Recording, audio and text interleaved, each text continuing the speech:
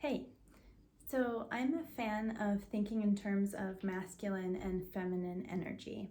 I don't think of it as gender, I think of it as energy, as a vibration or a feeling or a vibe, or it can be a way of thinking, a way of relating, a way of understanding the world. That's how I use masculine and feminine energy. And if you want to learn if you're interested in that subject and you want to read a really cool book, you could read a book that the title might throw you off, but just know it's really about energy, and it's called The Way of the Superior Man by David Dada or Data. I don't know how to say it. It's Dada, I believe. That was kind of my first introduction into these concepts that I think are really fascinating and useful when we look at ourselves and want to understand, are we balanced? Are we attracting people into our lives who are maybe more masculine because we're more feminine? Or are we attracting people into our lives who are feminine and we're more masculine? And are we expressing ourselves and feeling the way we want to feel? Are we comfortable in the not in the balance, because I wouldn't say we should be a perfect balance of masculine and feminine. I think we're designed to have more feminine or more masculine than the other within us, but everyone should have both energies operating in them. And I think everyone, if you're a healthy person, you will have a healthy masculine operating inside of you, and you will have a healthy feminine operating inside of you. So I really use these terms a lot and these concepts with clients and with myself, and even in understanding my own relationships and in understanding the world. So I'm going to kind of just go on a tangent, I think, because there's so many things coming into my mind right now on this topic. But you know how you might have heard people say the patriarchy, we need to break away from the patriarchy or get away from the patriarchy. To me, all that's saying is we've been living in a culture that is operating from the wounded masculine, and we want to heal the masculine and come from more of the divine or healthy, balanced feminine energy. But there's nothing wrong with masculine or feminine. What's wrong is if we're coming from wounded places. So an example of a wounded masculine is needing to prove yourself, needing to show that you are the alpha, that you are in control, and being threatened by threats and showing off or being loud in order to maintain your status, or to get rid of the threat. So that loudness, that aggression, that hyper confidence that is more like cockiness, macho, that's an example of wounded masculine. Healthy masculine is confident within, doesn't have to be loud, but carries their confidence in such a way that people know that's a confident person. So it's not boasting or being loud about it, it's holding it within and knowing inside, no matter what, I'm okay because I trust in myself and my capabilities. That is a healthy masculine that should operate in everyone, don't you think? Regardless of gender, regardless of what you associate with in terms of gender, there is that energy operating within us when we're at our best. And here's an example of a wounded feminine. Being really emotional and taking out the emotions on yourself in the form of overindulgence, being a people pleaser, needing validation for self by something external, being what's the word? Swept around by your emotions, not being able to think outside of your emotions, and getting swept with the current of whatever emotion comes, and kind of going into the depth of the emotion in a way that feels out of control. About big bursts of jealousy or rage. Those are some examples of the wounded feminine. And a healthy feminine, or divine feminine is going to allow situations to come and pass, is going to experience emotions but not stay stuck in the emotions. The emotions will be felt to their depth, but then they can move through the person. Being open in communication, being accepting, offering and receiving love equally, not overdoing the giving of love to the point where you can't receive love or you can't receive help, but being equal. I can receive love and I can give love equally. So those are some ideas around the healthy feminine, which we should all display, whether or not we're whatever our gender is or isn't. So the function, how I see the function of these energies is they're polar opposites, and we know that polar opposites attract. Opposites will attract.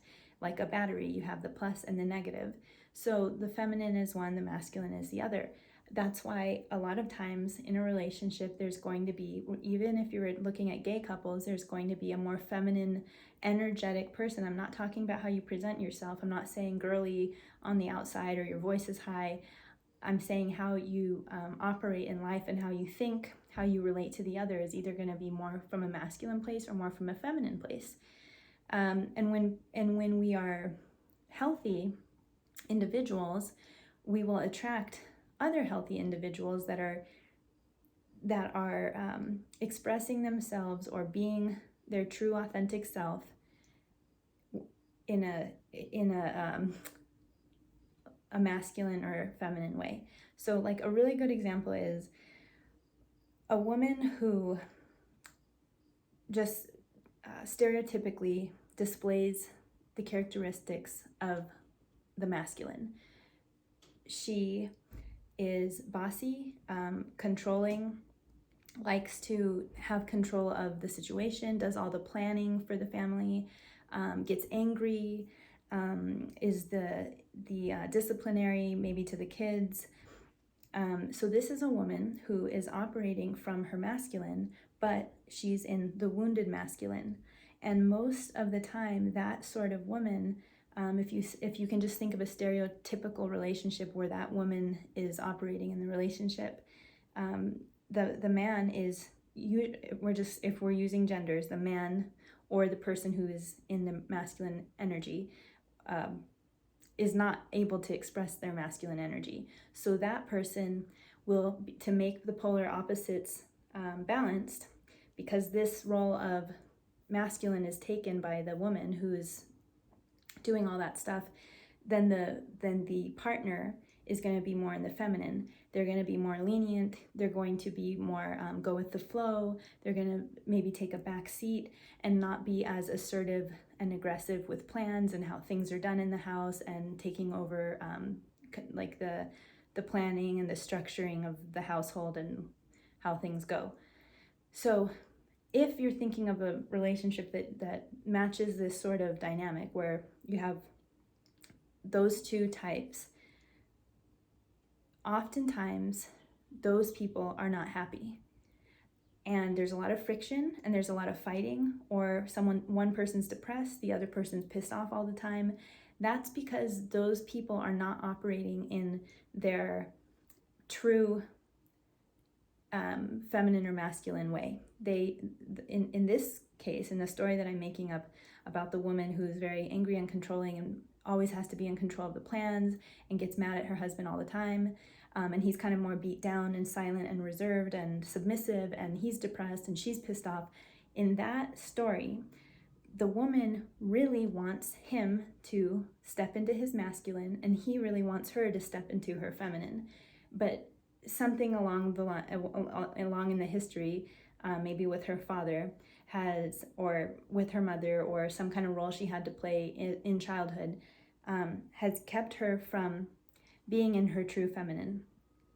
But what she desperately wants, and you might hear this in these sort of relationships, is for him to be a man. And this is, I know that this language could be totally politically incorrect and insulting, but you will hear that kind of request from the woman in this dynamic, that she will get upset because he doesn't do anything. He doesn't take charge. She always has to be on his back.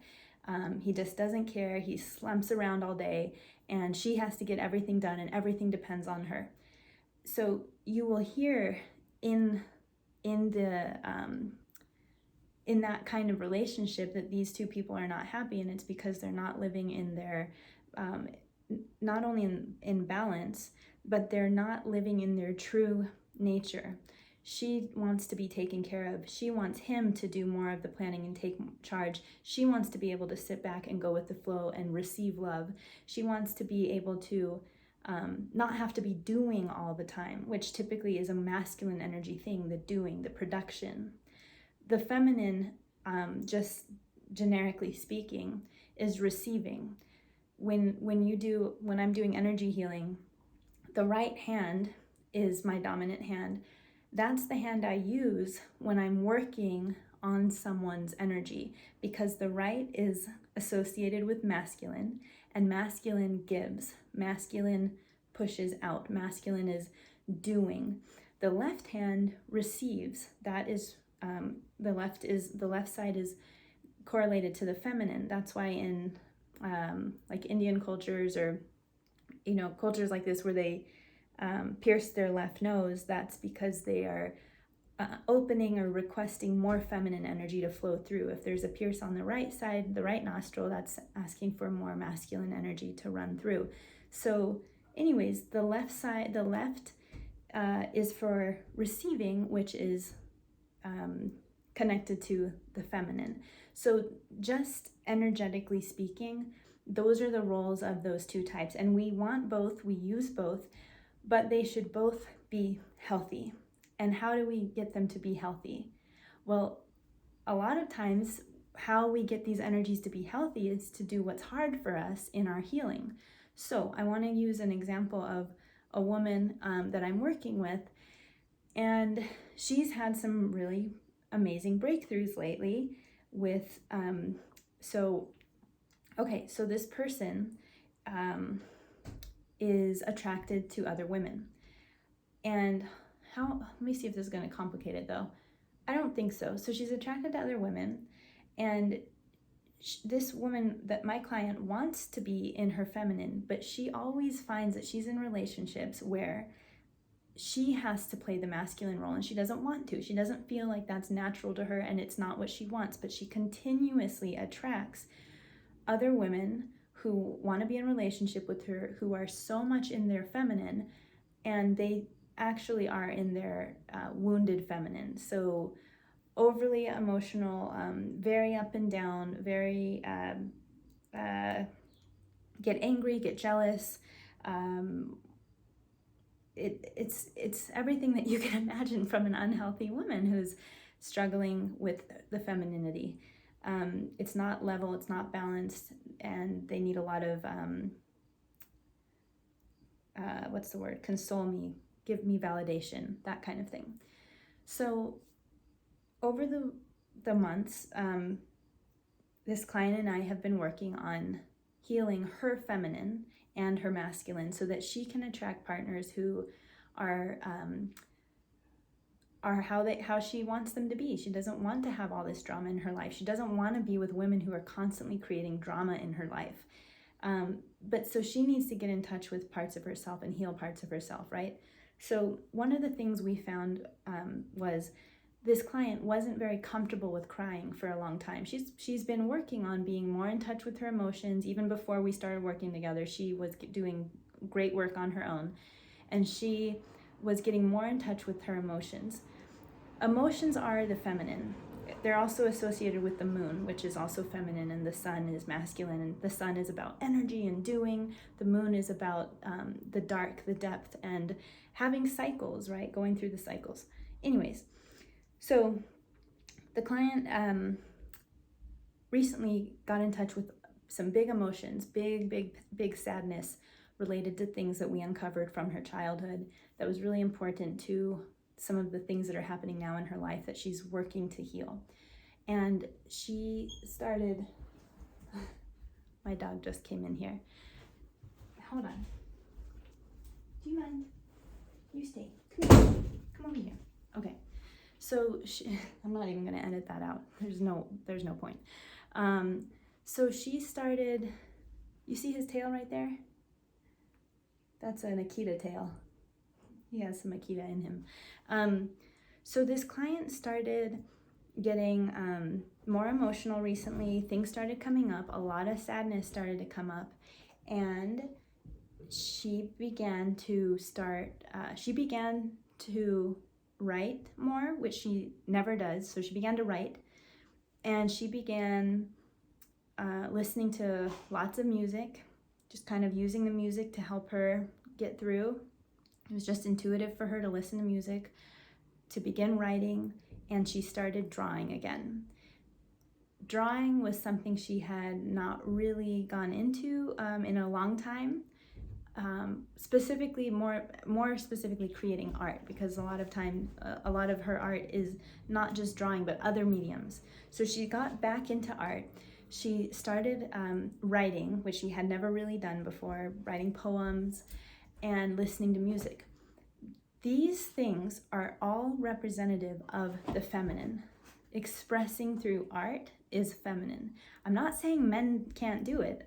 Plenty of men do, and it has nothing to do with gender. It's just energy.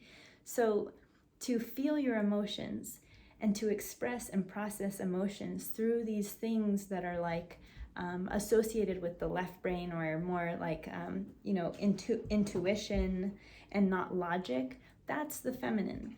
So without realizing it, this client, when she tapped into things from childhood that were connected to the role she had to play, and where a lot of her soft side, now he's drinking water, a lot of her soft side was repressed.